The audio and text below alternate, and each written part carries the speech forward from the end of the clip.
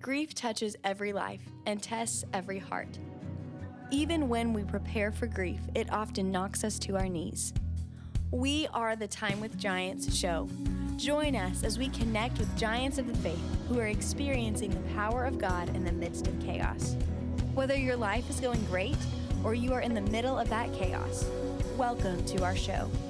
So even when my eyes can't see it, and even when my heart can't feel it, my mouth will still repeat it. God, I trust you. Welcome to Time with Giants show. This is our very first episode, and we're launching this brand new podcast, and we're so very grateful that you have joined us. You know, we have done baseball through a life worth following and the ambassadors for the last 14 years, and we've hung up our cleats, and God has led us to a new journey, which is this podcast. And so our very first show is our own story. And with me are two very special guests in my life and to our show. And this is Jen Jewell Hello. and Sydney Sullivan. Hello. And we're thankful that you have joined us, and I'm thankful you have as well.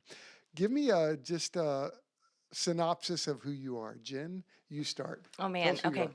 My name is Jen Jewell. Let's see. I have been married to my husband, Derek, for a little over 16 years. We have two kids, 13 and 10, and a golden retriever that we're obsessed with, Jersey. And my husband's on staff at Life Church. I get to host a podcast, actually, but it's not video. So this is, a little It's more. new. I mean, we're trying a little video more here. complex. That's all right. But So- hey, we're learning today. So And be then patient. We're learning this thing. That's right. And But then, Jen's podcast is a big deal. Hey, the messy table. well, I've had your wife on it. You So have. it's got to be pretty That's decent. and that's a good interview. Yeah. So And then I get to do some writing for the YouVersion Bible app. So I guess that's a little bit about me. Miss Sydney. I'm so sorry. I said Sydney Sullivan. Hey, that's okay. But Oh, you you did. are Sydney Chapel. I didn't I think about that. I preached your wedding. That's okay, And yeah. I am so sorry. You did for- both of our weddings. I did. I actually. preached both your weddings. Those were My fun. name's Sydney Chapel, and I've been married to Josh for 9 years already, which is crazy. I can't believe we've already been married 9 years. We have 3 kiddos, a 6-year-old girl, 4-year-old boy, and a 2-year-old girl. So life is pretty busy, but fun. And we have a dog too as well named Denver, Chocolate Lab. And we live in Edmond and just kind of busy in the toddler, young kid stage. Okay, it's so a thing. this brings up an important, Emily, I need Nellie in this room. So I need you to go get Nellie. Emily is helping us with Time with Giants, and Nellie makes an appearance in every podcast. Oh, good. So Is Nellie your dog? Nellie's my dog. Okay. So one of the questions I want to ask, and you've already kind of both alluded to it, are you a dog person or a cat person, Yeah. or what kind of animal? I'm allergic person? to cats, so definitely dog. So And I'm a dog person too, but I feel bad for Denver because now that we have 3 kids, he kind of gets pushed on the back burner. So Well, feel bad for him, but Nellie, he's come pretty, here. pretty Come here, fun. Nellie. This is Nellie. Right here. Can you see her? Nellie, you're going to be famous. Nellie's our dog. Nellie, we've decided to have Nellie make an appearance in every podcast because, we're dealing with grief and loss and chaos in life. And when life gets crazy, isn't it awesome having a dog? It is. So listen, Chris, so our golden retriever, like my husband who didn't want a dog forever because he's just like, we're busy, we don't have time. We got a golden, we got a girl because he's like, our kids need to experience puppies once. So she's having puppies like next week. Oh my goodness. Golden puppies. Okay, so So- full disclosure, Nellie's a good dog. She's a little odd. She doesn't fetch and those kind of things.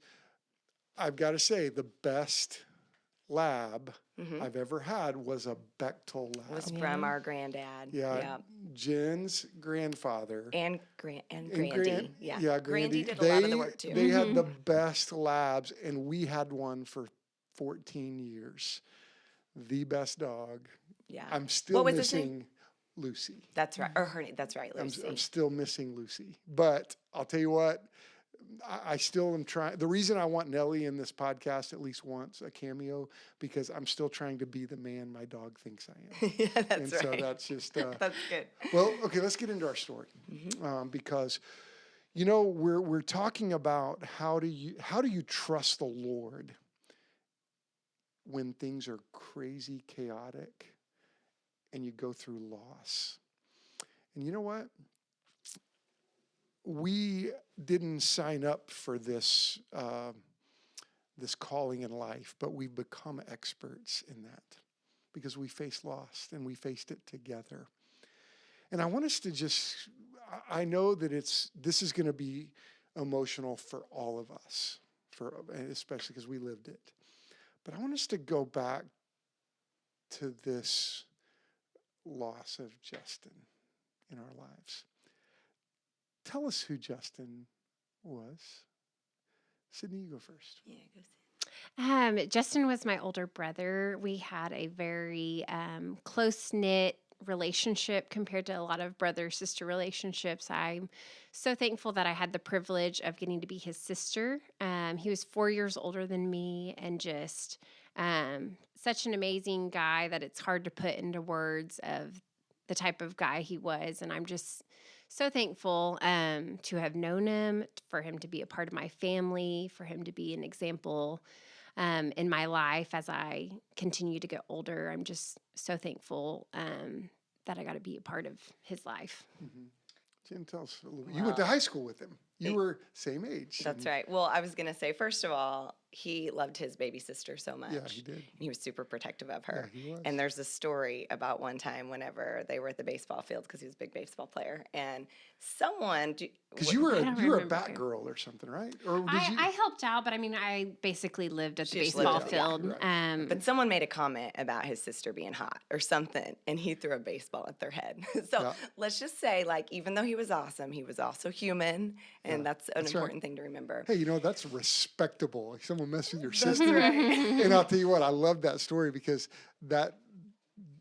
he placed the baseball close to the head. Strategically. Yes, Yes. Yes. because he had a good arm, and and that was a great moment because that young man learned a really valuable lesson. That's right. That's right. awesome. So Justin is Sydney's brother, but we were the same age. And so we have a really... And you guys were basically brother and sister as well. Well, we grew up in the same family, same town, went to the same church, and just a really close-knit family where I feel like my brother Jared and Sydney are the same age, and Justin and I are the same age. And so we just all grew up very close, closer than cousins. And so, yeah, we went to church together, we went to school together, we had a lot of the same friends. It was a very special relationship that I'm super grateful for. And he was brilliant. You know, he was our valedictorian. He was player of the year in the state of Oklahoma our senior year for baseball. He was just this incredible athlete. He was a man of God. Like, there's so many stories of them being at away tournaments for baseball and him just reading his Bible, or him, sharing about God, but not in a cheesy, weird way. Like, he was so natural and so cool, but he genuinely loved people. He loved God. And he loved us. Mm-hmm. And we totally felt that, And so we're just, I'm definitely like Sid. I'm grateful that we had each other. I was his youth minister. Yes. So as it was interesting watching him grow up, because y'all were my very first group to come in as seventh graders. Mm-hmm. And then I got to watch you all grow all the way through. Mm-hmm. You were my first group ever to have done that as a youth minister. Yep, And, we were awkward. You were awesome. As all It was seventh awesome. graders were. And so I remember, just so as Justin really began to get good in baseball, I would always, how I always made up illustrations and on the fly, I still do that probably some. But I would use him as an illustration in a sermon. He'd be embarrassed because he was such a godly kid, though. Yeah, he was real humble. Yeah, he was for so sure. humble. He was didn't never want the spotlight. tooting his own horn. Right. Yeah. That was really fun about him. And I remember, because on June 2nd, 2002, I want you to know this about Justin, he was named Baseball Player of the Year for the state of Oklahoma, it was a Sunday morning on June 2nd.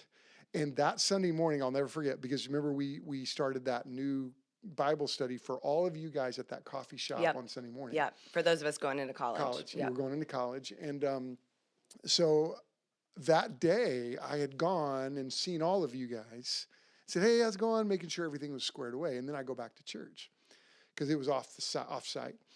And I go back to church and someone said, hey, did you see the paper today? I was like, no, I don't get the paper. I'm kind of busy today. And they go, did you see Justin was on the front page of the sports section being named Like player of the of the Daily year? Oklahoman or Right. something. Mhm. And I was like, I just saw him. Yeah. Are you kidding me? I mean, if it was me, I'd have been like coming to church with papers in my hand. Yeah. Here's one Hey, for look you. at that, Here's everybody. one for you. And then he came to church that day, and he was like, I was like, Justin, congratulations. Oh my goodness, are you kidding me? And he was like, well, I just didn't want to brag. And I was like, oh my goodness. Yeah. We were so proud of him. Yeah. And I also remember that day.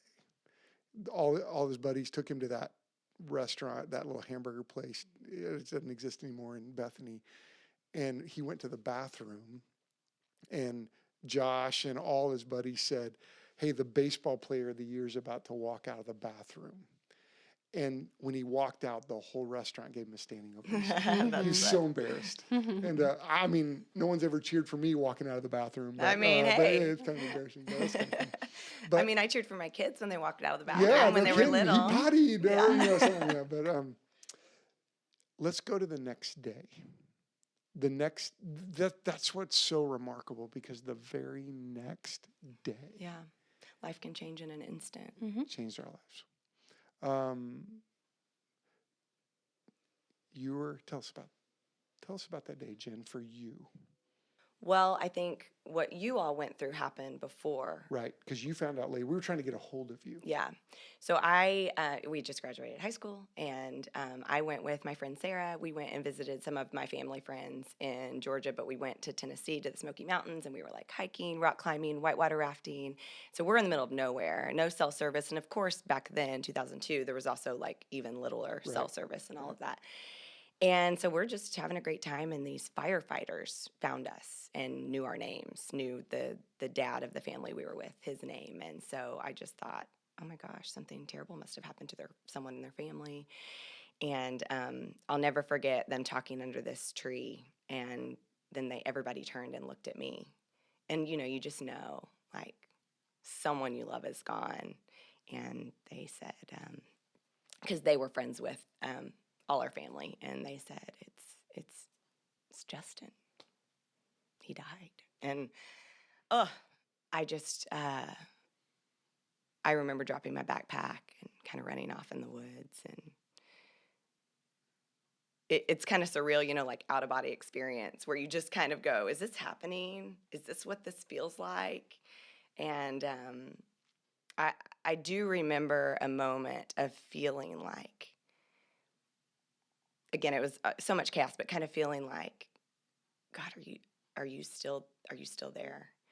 And not in like a cheesy way, but it doesn't mean there wasn't a lot of other questions and things that came later. But in that moment, I do remember feeling somehow his presence in a very tangible way, just like I'm on the ground sobbing in the woods, in the dirt. And just, I remember being so alone, yet feeling somehow like I wasn't alone. But it was devastating. We found a payphone. I don't know if I called my home first, but I ended up calling their house, and Julianne answered and tried to, you know, I think she didn't know if I knew yet. And which it's crazy to me too, that she answered the phone after all this was happening. And she was just like, Jen. And we both started bawling, and that sweet family drove me through the night all the way home to get home to my family. So of course it was horrible. It was awful. It was devastating. It's still devastating. It's just like, he should be here. And he's not, you know, so. Okay, Sydney, I know this is really a vulnerable space. Yeah. And tell us about that day. So for me, that day was obviously devastating and horrible, and my life had changed in an instant. I had been at cheer practice, and normally I would be in the car with Justin and his friends, It was doing Josh and with Elizabeth. Josh Walker and Elizabeth Yeah. Darter, and doing a summer job. And I had cheer that day, and so I didn't go with them in the car. And my mom was picking me up a bunch of newspapers because the day before, we just wanted to have extra copies and everything. And my mom was inside, and her phone just wouldn't stop going off. And so when she got back in the car, I was like, Mom, your phone has rang so many times. Someone's obviously trying to get a hold of you. And as I was saying that, her phone rang again. And so she answered the phone, and, they can't go into detail if someone's died because they don't want the people that are trying to get to wherever to have an accident as well. And we had just heard that Justin had been in a serious accident. And so we drove to Baptist, and that's where, unfortunately, we found out that Justin had died. We had seen Josh and Elizabeth, and so we were kind of wondering where Justin was. And then my mom had to pull me aside into the other room and tell me that my brother was no longer here. And one of the worst moments in my life instantly changed. I grew up that day.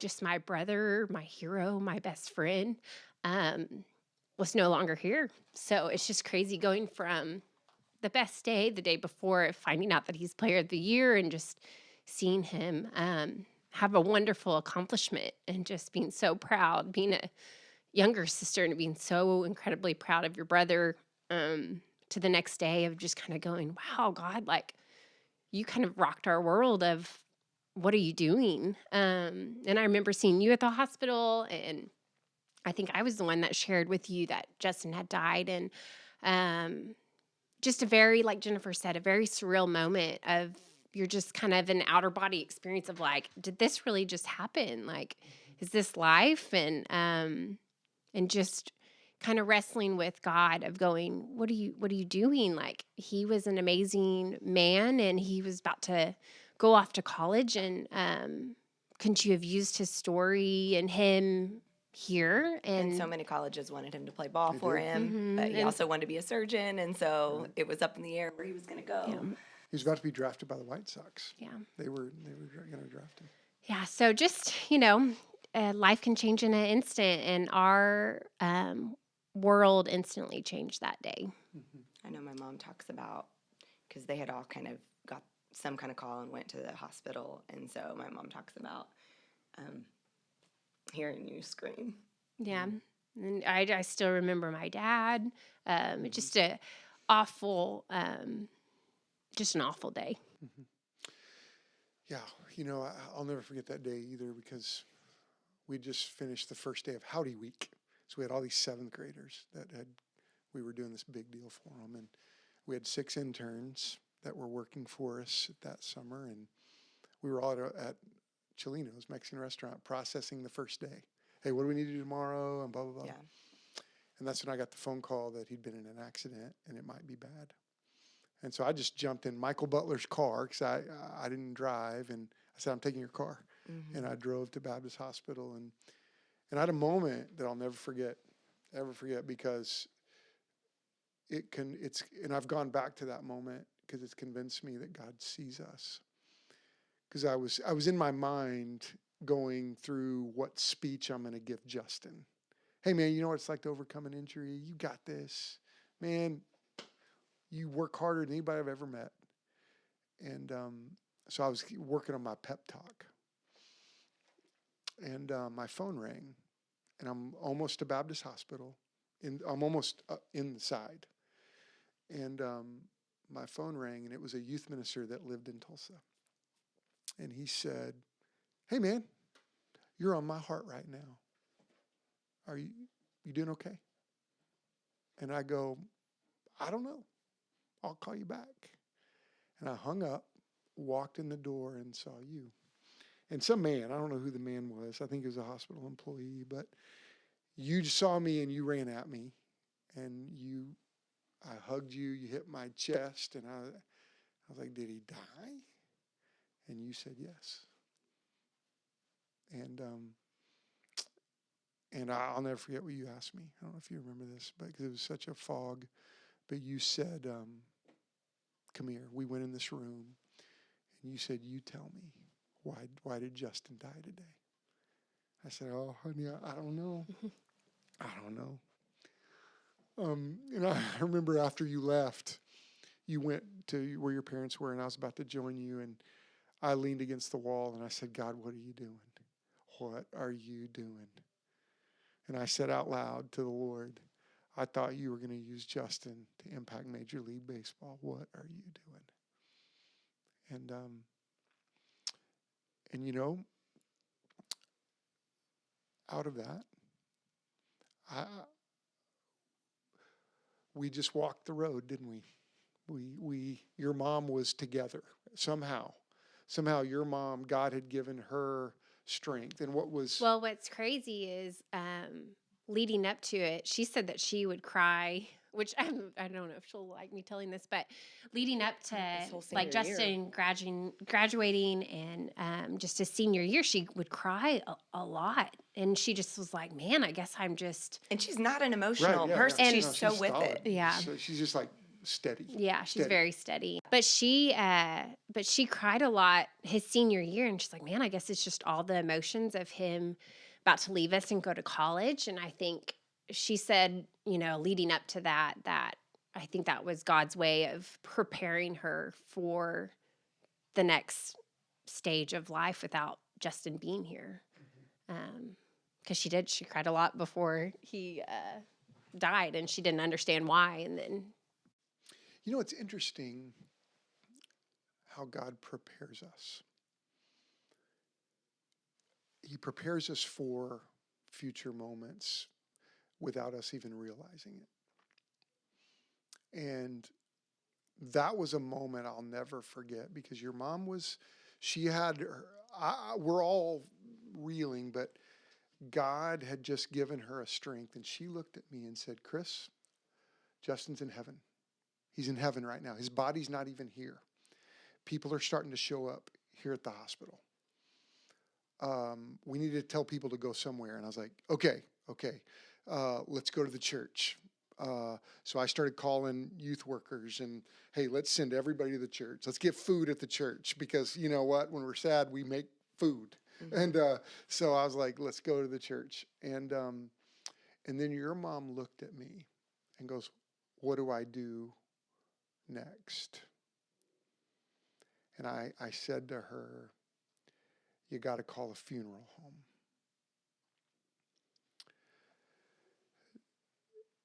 Dear listener, I want to let you know that most of us will have a moment, maybe not like we lived, but you'll have a moment where you might have to call a funeral home because somebody close to you has died, and you're the one that has to make the call. I want you to hear Steve Mowry. He's a man that I've worked with for 11 years now that I've been in Owasso, the pastor in Tulsa here. And I want him to just explain to you what that phone call is like. I trust Steve, and I've watched him coach families in a way that doesn't manipulate or take advantage, and he's just a great leader. Here's Steve Mowry. So we get these phone calls every week. Families that have lost a loved one, and it's a very difficult time. It's a difficult choice. There are so many unanswered questions. So when we get that initial call from a family, I want to talk to them, and we're going to set up a time when they can come in and we can go over arrangements. But initially, I want to take the overwhelming worry away from them. Things that they don't need to think about, things that are unanswered. They may not even know the questions that they have at that time. So I'm going to ask them, what's the situation? What are we dealing with here? And how can we help? Because when they call us, we become part of the family. So initially, I don't want to ask a lot of questions, but we just want to bring them in where we can have a face-to-face meeting here at the office. I just want to reassure them over the phone that we are here to help, that we will guide them through this process, and that we'll walk through it together. Maybe they have a minister, maybe they have a family friend that they want to bring in with them. They can do anything that they want. But we're going to walk through this process together. We're going to eliminate the things they don't need to think about. We're going to ask them, what type of service do you think you want or your loved one wants? And when we get together here in the office, I'm going to talk to them about the person first, because we want to get to know them and their family. And then we're going to make difficult choices. I know that they don't want to meet me. I know this is a phone call that they don't want to make, but I want to reassure them that myself, my staff, we're going to walk them through this process together. And initially, they're going to say they don't want to be here, that they don't want to meet us here, but it's something we can do together. And I find that we can help families through this process that is unavoidable and help them through this most difficult time, maybe the most challenging time of their life that they'll have to face, and walk through it together with them, making difficult choices. Well, that was a tough time. But there was one of the things that I didn't realize as I think about how God prepares us in advance. I just happened to be memorizing 1 Peter at the time. And I was 1 Peter chapter 1, there's a whole section in there about trials. And it says, these have come so that your faith, trials have come so that your faith of greater worth than gold, which perishes though refined by the fire, may be proved genuine and may result in praise, glory, and honor when Jesus Christ is revealed. Now, that happened in 2002, and here we are in 2023. And we've seen God reveal some things, not all things, some things. And you know, the reason that I wanted to start with you is because Time with Giants is a part of this story. Because Justin was a giant of the faith that I got to rub shoulders with. So the whole focus of this podcast is to rub shoulders with people who've walked with God that we just need to know about. People that have trusted the Lord in times of trial that we just need to know. You two are two of them. Justin is a giant of the faith. And when I preached his funeral, that was the hardest week of all of our lives. I was leaving the graveside and I said to Julian, because I saw Vince Montgomery get saved, this prominent doctor. Baseball players from Justin's team got saved. So many people came to Christ after that.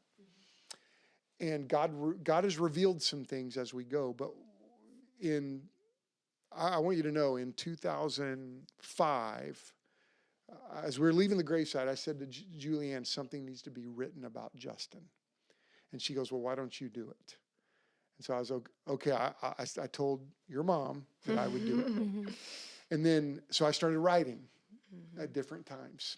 And in 2005, I had this one document that I kept opening up and going, oh, this is terrible. This isn't good. Because I was grieving. I was sad. And in 2005, I was looking at this document and I was like, that's the book I'm supposed to write. And one of the spiritual disciplines, because Justin was a spiritual disciplined young man, because if you remember, I used his journal in the funeral. Which was so bizarre. Like when you if you look at the writing in his journal, it's so wise beyond his years. You read stuff and you're just like, man. But that was him. And actually some of my favorite memories, I mean, obviously we had a ton of goofy, just normal memories. But we had really deep theological conversations, like about questions we had about God. And it's so funny because you were talking about how God prepares you. And sometimes it was like after Justin died and I went through this time of wrestling just with God and what I believe and what, this firm foundation that I'm standing on. But what do I do with all of this complications and this grief and this heartache? And it's funny how God brought me back to conversations that I had with Justin about some of these things. So it's kind of wild to think about. Yeah, and like some of those, my favorite quotes. Be thankful that life is not fair. Because if life were fair, we would not receive Christ's forgiveness. Find satisfaction in what God has allowed us to do. Don't dwell on what we've not done. That spoke to me. Probably now there's so many quotes that were impactful, but my favorite was There will March come a 19th. day. Yes. I love Do you that remember one. it?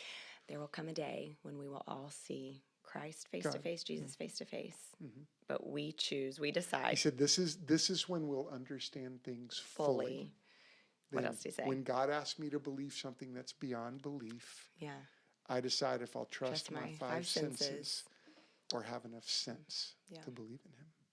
Yeah. I mean, I feel like that was that had to have been from the Holy Spirit. I mean, It yes, was, Justin yeah. was awesome, but like he was an 18-year-old kid, you know? And so. And so I wrote that book.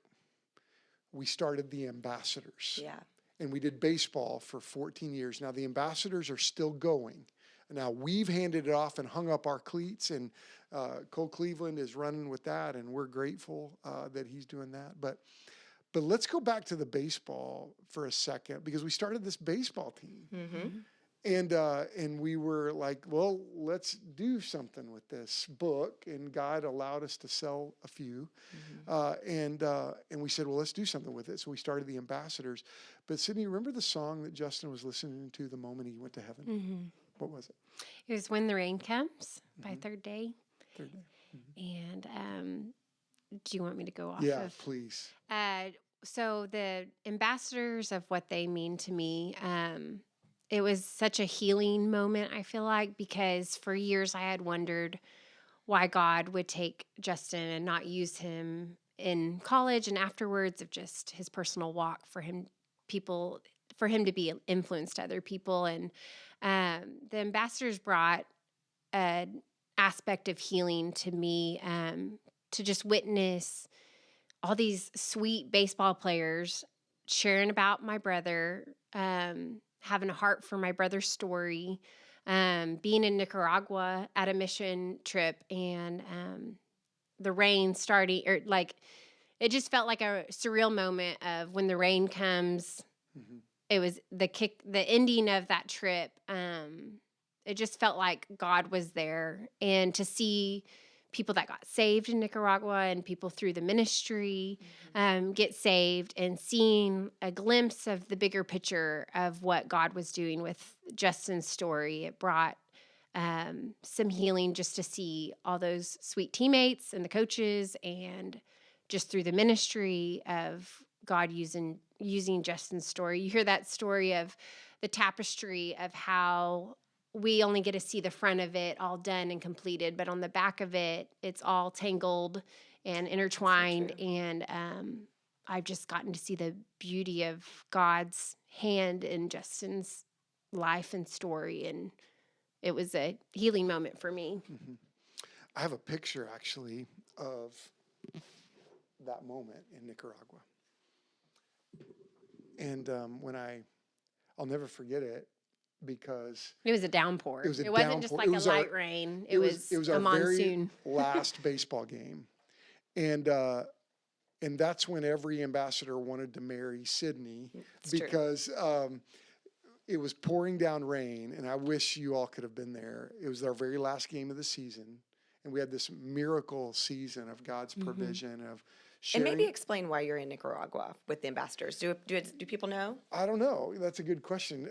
God, as we started this ministry, we knew we wanted to take these guys out of the country. Yeah. And let them have a global experience, Yeah. to see the world, Yeah. to have a heart for the world Yeah. with the gospel, because we used Justin's story to point people to Jesus, point baseball players to Jesus. And so here we were sharing. I mean, I'll never forget this day. We were $25,000 short, because we sold books, but then we were like, okay, let's see if we can do this thing. And so it was quite expensive taking a baseball team on a mission trip. Yeah.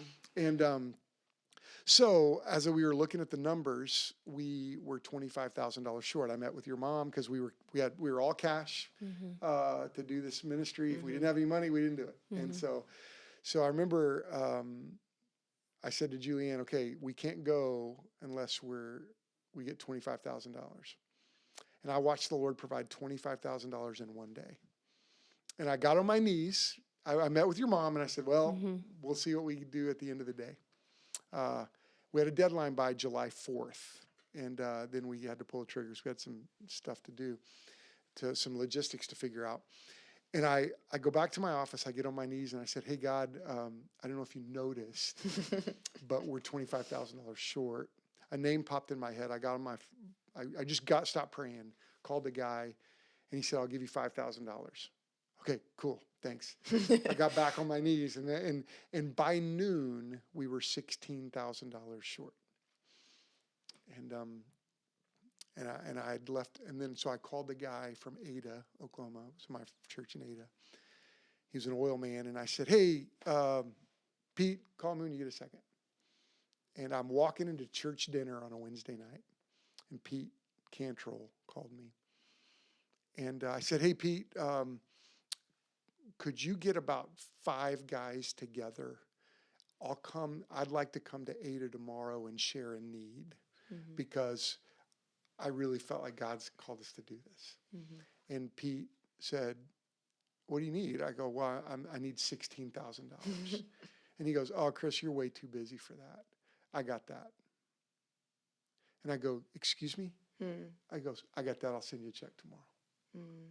And I started bawling because I watched God provide that in a day. And then we were in Nicaragua, and you're the one that reminded me. Yeah. We're in that final share time after playing this baseball game where Sydney took an at-bat in the pouring down rain and slid headfirst into second. And that's when all the guys said, I want to marry that girl. That's a girl I want to marry. And she did marry. Josh is a great baseball player. He is. Yep. But he wasn't an ambassador. He wasn't, no. But he was, just not for us. But we watched the Lord move. And I remember being at that. They wouldn't even let us on the bus. We were so muddy. Yeah. And we had to walk back to the house. We all showered, and we're all like, that was the most fun. And then we sat down to the share time, and that's when you said, remember the song Justin was listening to the second he went to heaven? And I was like, that's right. When the rain comes. I still struggle to listen to it, to be honest. Yeah, by third day. So emotional, yeah. But God moved among us. And you know, when I think about the rest of the story, it's truly remarkable. It's kind of, you know, we could talk about this forever. We probably ought to wrap this up. But as I think about how God has moved in the midst of this chaotic moment, is there something you would say when you think about how God has taught you to trust him, even through the chaos? How would you describe that? How God has taught you to trust him? You know, I think as Sydney, what we were kind of talking about earlier, everything's such a process. And so even today, like there's still things that God's teaching us and learning. And, you know, one of the initial questions you kind of sent us was to talk about a spiritual discipline that we've had. And we were both laughing, like, can a spiritual discipline be screaming at God? Is that okay? It is actually. Psalm 13, Psalm 77. Great examples. But I definitely think a couple things that I've, like, looking back now, I don't know that I would say in the moment, but I think looking back now that I would say is that through all this, I think I've really learned to wrestle with God. And I think that's such a good thing. It's a beautiful thing. It's something that we all have to learn to do, to take before him our real raw questions, our real hurts, and just to set those before him, to even punch him in the chest a little bit. And, you know, for me at least, to ultimately know like he's still there and he's still going to hold on to me. And then I think for me, the other thing that drastically changed at that moment as an 18-year-old girl to now is, you know, and there's all these studies too about like how your brain even changes neurologically when you go through trauma and different things happen. But for me, on the spiritual side, truly realizing that eternity isn't just later, like it starts now. And this is, heaven's a real place. And, you know, Jesus is the one that says that, that all are alive to God. There's no real death for those who are in Christ. So truly, now this isn't always easy to remember, like on a real day, but just to really remember that like this isn't the end. we really truly are going to see him again. We're going to see your dad again, who passed just a couple years ago. And just that what we really put our hope in, that foundation, kind of like what C.S. Lewis says, he talks about that it comes down to Jesus, like he's either a liar, a lunatic, or Lord. And so, long story short, through lots of different kind of wrestling, and I wasn't an outwardly like rebellious person, but just, I was taking world religion classes for my minor and, really wrestling through like, are you who I think you are? And I truly believe that he is. And so for me, I would say just knowing that he is good, he is trustworthy, and knowing that that's what Justin would be saying to us too.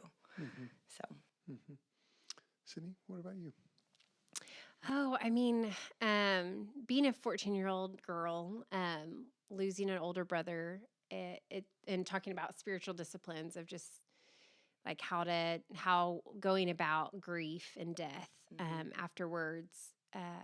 You just have to take one day at a time, and moment by moment sometimes. And I feel like I didn't really have a spiritual discipline after Justin died. I just think praying to God to help me get through each day probably would end up being like something that I would have considered a spiritual discipline of just having conversations with God. And like piggybacking off of what Jennifer said, I think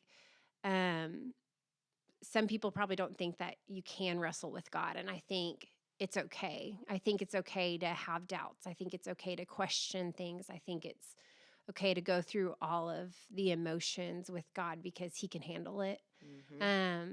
And so I just think for anyone that is out there grieving and dealing with death, I think it's just to give yourself grace and know that it's a long journey. It's not, I mean, I think of some of the questions that you had mentioned, and one of them was, how has Justin impacted your life? And I think he's still continuing to impact my life and how I go about my day, and just my perspective on life is a lot different. This is our short life, and just to truly try to live it full. It's harder to it's not, I'm not wrapping a bow saying it's easy.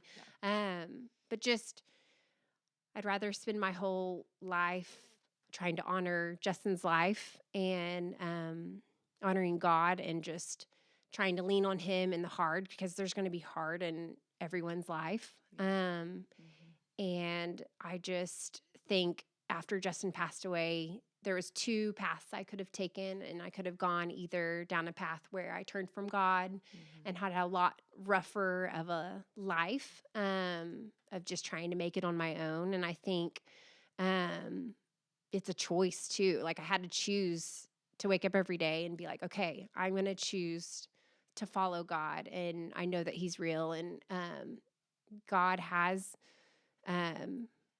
blessed me with a couple things in my life of seeing his handiwork in Justin's life. And then even, like Jen mentioned, my dad passed away almost 4 years ago. And so our family has dealt with great loss. And so I think it's okay to wrestle with God. And I think it's okay if you need time to just, I don't know. I don't want to sit here and just wrap it up with a bow and say, oh, I trusted God and he got me through. I think it's okay to wrestle. So, and I just want to add, it's kind of emotional for me because I feel like over all these years, probably the biggest thing that I prayed for time after time was for Sydney and for her faith and for, not that it wasn't, but just like, I mean, gosh, like between Justin and Sydney, Julian and Dave lost a son in between there, and then losing Justin, and then losing her dad. And there's such a tenderness. Like, I think I've taken on some of Justin's just protectiveness over Sid. And so, like, and I'm also extremely grateful that I have Jennifer in my life, because it's also, I feel like I'm having conversations with my brother sometimes, because Jen and him were so close. I mean, I would consider them brother and sister too, of just for them having a cousin relationship, they were extremely close. And so I feel like Jen and I are extremely close, and we can have conversations and we can wrestle with the tough things. We can talk about this podcast of just being nervous to do it. And I feel like I have a little bit of being able to have a conversation with my brother through Jennifer. So I'm thankful for that. You know, thinking back on your dad's service, as we were leaving that day, God put something on my heart. You know, because I walked with your dad. Mm-hmm. And there were times we would just sit and, you know, we just sit. Mm-hmm. And when we left, Robin said, "What you said today was really hard, but I think you're right." And as I talked about David being in heaven, you mentioned the tapestry. That's a beautiful story. I think one of you did. It's a beautiful analogy, and it's a right analogy. And I said that, you know, right now, David is in heaven seeing Justin, because it's a place, you're right. Yeah. It's a place. The Bible, Jesus said that. You didn't say that. I didn't say that. Jesus said that. Yeah. So if he said it, that's a big deal. Let's believe it. Yeah. And I said, he's already seen how God has worked and is working. And I said, you know, the glory has been revealed, like 1 Peter 1 says. And I said, you know, I trust that God's story is so magnificent that he said, Lord, if I had to do it all over again, I'd do it all over again because your story is so good. Now, we're saying that in faith right now, in absolute trust in the Lord. That, because right now I'm with you. We're still grieving. Yeah. We still are tender. But I know that if Justin was alive and if he knew that his life could save one person, Yeah. Absolutely. Yeah. And we talk all the time about, I mean, you don't get over death. I don't think you ever stop grieving, but I think like one of the biggest things that I've learned about God's heart is that he didn't either. Like that's why he's not okay with death. Like yes, it wasn't part of the plan. Right. he allows some things in this broken so right, world, Jennifer. but this isn't what he wants. And so that's why he did something about it. And so yes, we are still sitting in the in-between. You know, there's Friday and then there's Sunday. Sunday's coming, but we're in Saturday. We're still waiting. And so yes, it hasn't happened yet, but we're waiting for his justice. We're waiting for his redemption of all things. But I mean, either we're accidents floating around in space or he really is who he said he is. And this story isn't over. And this really isn't the end. And Justin and your dad and whoever is listening, if you have a loved one who, you know, believed in Christ, that this isn't the end. And so it's harder to remind ourselves that on the hard days, to really believe it. But then there are days where we do have the faith to go, you know what, Lord, I know that you are who you say you are. And so that's what we cling to. Thank you for coming today. Thank you for opening your heart and helping us as we hang up our cleats move into a new season. And I want to thank you for listening. Now, when you go through difficulty, there's several things you need. You need a dog. By golly, you need a dog. Get a dog. I love it. You need each other. And you know what I love about, you need the church. Because we were in church together and we're still, though we go to different churches in a local body that are very important to us. We're like family. Yeah, we are. We're family. I love that. I'm stealing that. Yeah. And Chris, I do just want to like jump in. I'm sorry to interrupt and just tell you, like, I mean, you've made such a huge impact on our families. The way that, I mean, I think it was definitely God orchestrated, but the way that you stepped in and you loved and you pastored and you guided and you took on the project of writing this beautiful devotional book about Justin, the ambassadors. Again, you married both of us. That sounded weird. You officiated our wedding. I mean, you've played a huge part Yeah, I in our don't think life. it would have happened without you taking that initial step and trusting God to do all of this. Well, God moved among us. I'm Yeah. so very Yeah. proud of both of you to watch the Lord use you as mothers, raising your kids. The fact that you stayed close to the Lord and trusted Him. You're examples to me, and I love you deeply and love your families so deeply. And you taught me, your family, Jennifer, taught me how to love dogs. Your dogs are so awesome. All the labs. You need a dog, you need the church. You also need music. Mm. And one of the things I want you to know about our podcast, our family has been impacted by your family. And so Your kids were little. they were little. And so my children, Emily is helping us with this podcast. That's my daughter, and you'll hear her voice. You already have heard her voice, and you'll hear her voice and see her face at other podcasts. But you'll also see Eric Wall's music, because he is writing an original song for every episode. And the song that he has written for this one, It's beautiful.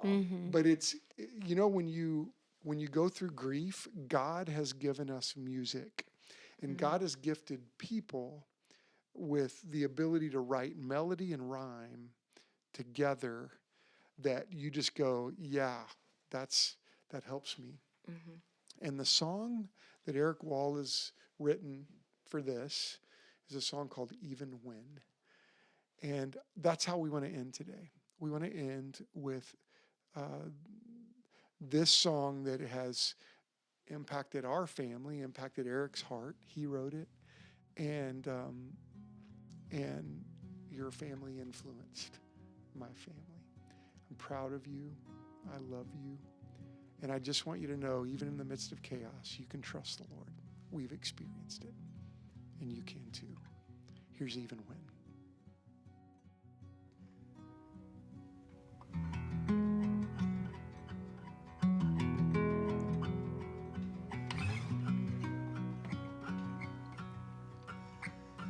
Who am I to come before the King of Kings, oh, the Lord of Lords, and question what you say is right, though it conflicts with what's good in my eyes, 'cause I've only begun to realize who you are. So even when my eyes can't see it, even when my heart can't feel it, my mouth will still repeat it. God, I trust you.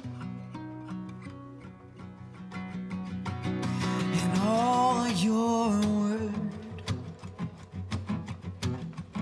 is perfect truth.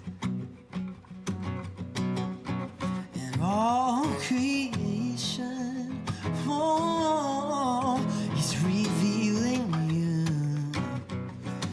Oh, and all your ways are higher than my ways. Yes, Jesus, the fact that I can't understand all of you makes you all the more worthy of my praise. Yeah. So even when my eyes can't see it, and even when my heart can't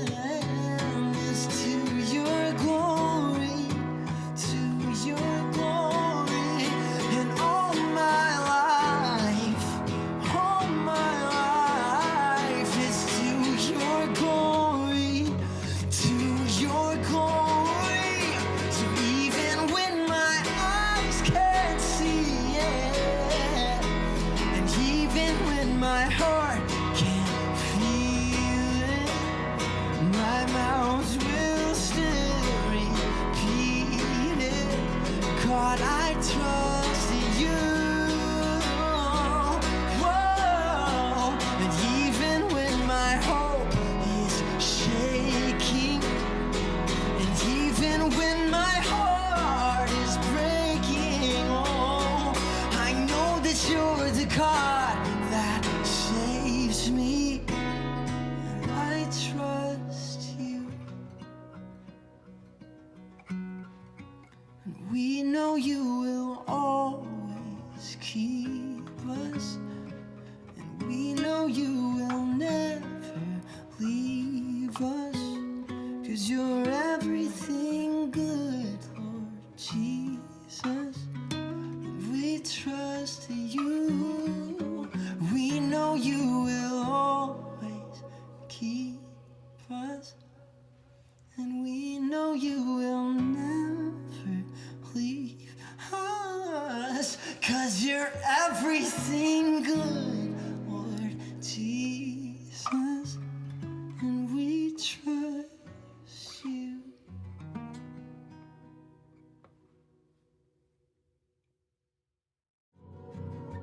Thank you for joining us today.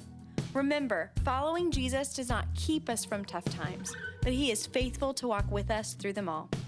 You can trust God even when it's hard to see His hand or hear His voice. As always, our prayer is Romans 15:13. May the God of hope fill you with all joy and peace in believing, so that by the power of the Holy Spirit you may overflow with hope. Help us out by subscribing to our podcast and sharing it with others. To be a monthly supporter, click on the link in the show notes or go to our website at aliveforthfollowing.org. See you next time on Time with Giants.